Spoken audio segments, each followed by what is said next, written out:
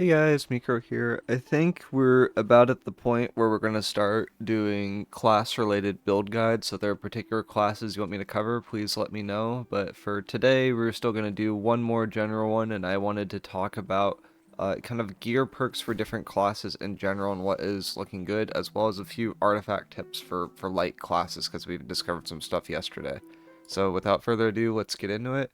So, in terms of what you're looking for on your gear for the majority of classes, if you're like, if this is specific to PvE, I'd say for now, we can talk about PvP in a separate video, because I think a lot of less people are doing PvP now than PvE.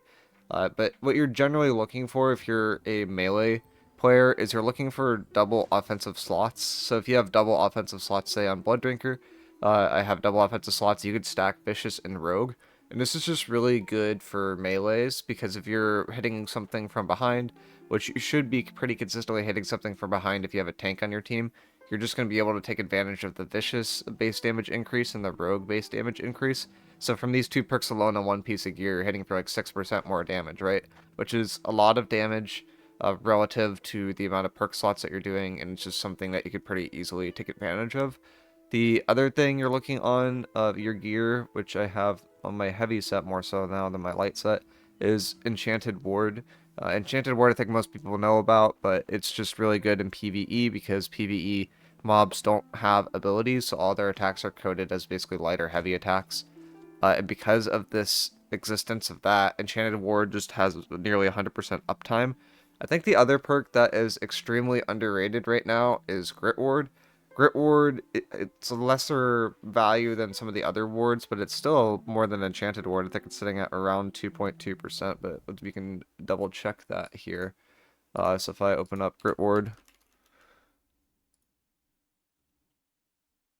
yeah, it's still sitting at 2.2%. So Grit Ward still has a decent amount of damage reduction. The thing that makes this perk a lot better than what it used to be is you could pop infused grit potions, and these actually give you grit now. So they will give you uptime on your Grit Ward. So that's just really easy, uh, relatively high uptime for a skill that's pretty powerful. The noteworthy thing is grit potions are pretty expensive right now. They're sitting at like 35, 40 gold a pop. So it might not be something you want to take advantage of all the time, but if you're like in something relatively hard, like if you're in Catacombs or a boss 5 and 6, which look out for a Catacombs guide at some point, then these can be pretty helpful considering how much damage you're going to be taking at that point in time. So the other things I wanted to point out, so this is like mostly for melee builds, those are the perks to look out for. If you're playing like some sort of range build like I am here, there's some slightly different things that you ideally want. First off, on your ranged weapon, you're really looking for attunements if you're trying to do consistent damage. There's a few other like specific perks that are weapon dependent that can be really, really good. Like alternating enchantment on Blunderbuss is really good because the way that Blunderbuss works is you consistently alternate between your skills. So it's like I would go with nades, I would hit the target with an auto, I would hit the target with like either a mortar or with the shrapnel, and then auto, and then use the mortar or the shrapnel at the end. So you go back and forth, back and forth. So alternating enchantment has really high uptime, which makes it really good for BB. But there's like other things like that are a little bit more class specific. I think the main thing that you're looking for ranged weapons is most ranged weapons are based off doing like your primary damage is doing autos, right? So I would look for enchanted on your gear in general, and then there's a perk called like Cursed Enchantment, I think it's called.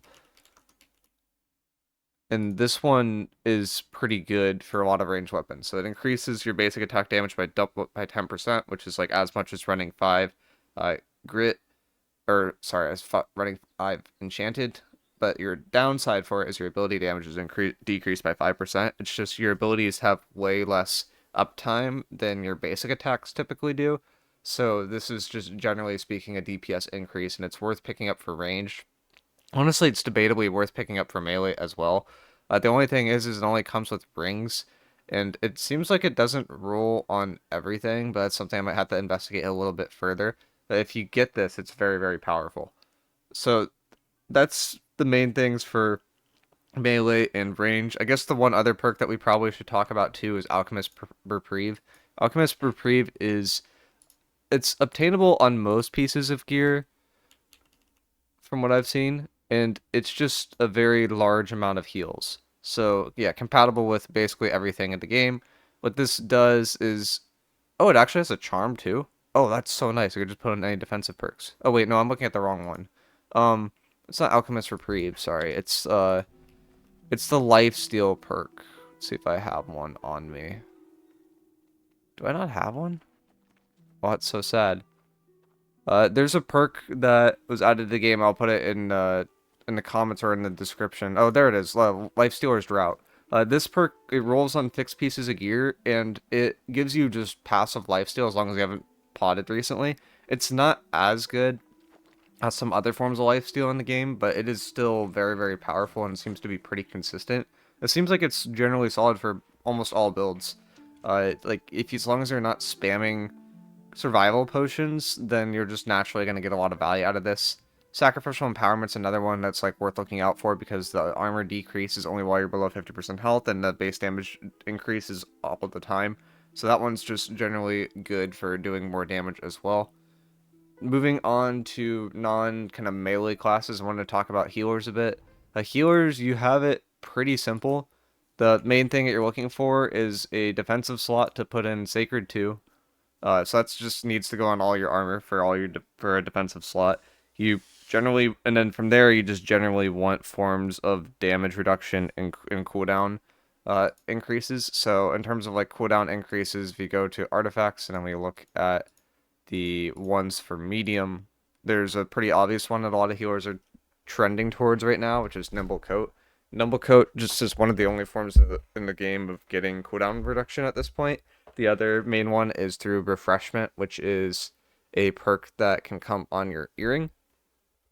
So I would just recommend like trying to get this if you're a healer in general. There's some other perks that are better from a survivability standpoint if you're having trouble living. So Old Crown is one that's like relatively good if you're having trouble living. Also, if you're like a ranged DPS and you want to change these gems out for Rune Glass, that's another possibility. So it's actually pretty good for a lot of builds right now. If we move over to light and look at some of these, featherweights has always been a staple. It's generally better for, I'd say, shield classes right now, because shield classes, if you have a shield, you need to run literally light on everything else, and featherweight just kind of helps compensate for that a bit, because then you can run a higher weight class and it doesn't feel like you're always getting one shot. Koya actually feels like it's pretty good now, in my opinion. So this got buffed from only warding towards ranged physical attacks to all ranged attacks, which is a very, very underrated buff. It comes with Enchanted Ward and Shirking Energy, which are two fantastic perks, and now I think this is like something that is definitely worth considering. The other part about Koya is really interesting, like compared to Featherweight or compared to a Nimble Coat, is you actually have room to pick up this chest piece with Elemental Hunger. Elemental Hunger, even if you don't have the Elementally Charged set, it's actually probably better if you don't have the Elementally Charged set. Will give you 5% absorption towards all elemental effects, like up all the time. So that's basically the equivalent of 2.5 gem slots. I've talked about this a bit in other videos, but you're able to run this with Koya. So for the PvP build I'm trying to throw together for a funny Mortar Boom Boom build, I'm looking at running this chest with Koya just to help me ward versus ranged attacks so I can gap close a little bit more. And that, these together, will give you a giant decrease to range damage that's incoming, especially if it's elementally oriented. So that's something that's worth noteworthy too. The other perk that is like kind of debatable nowadays, I think, is like Creed Boots, but this is more DPS oriented than anything else, just because it's like a consistent source of weaken, consistent source of empower if you want that, and it's a decent source of crit damage as well. So all those are, generally speaking, pretty good options for what you're looking for. Stay tuned for a kind of PvP focused video too when I talk about perks, because there are some tricks that people are taking advantage of that seem to be twisting the meta in a way that I didn't really expect.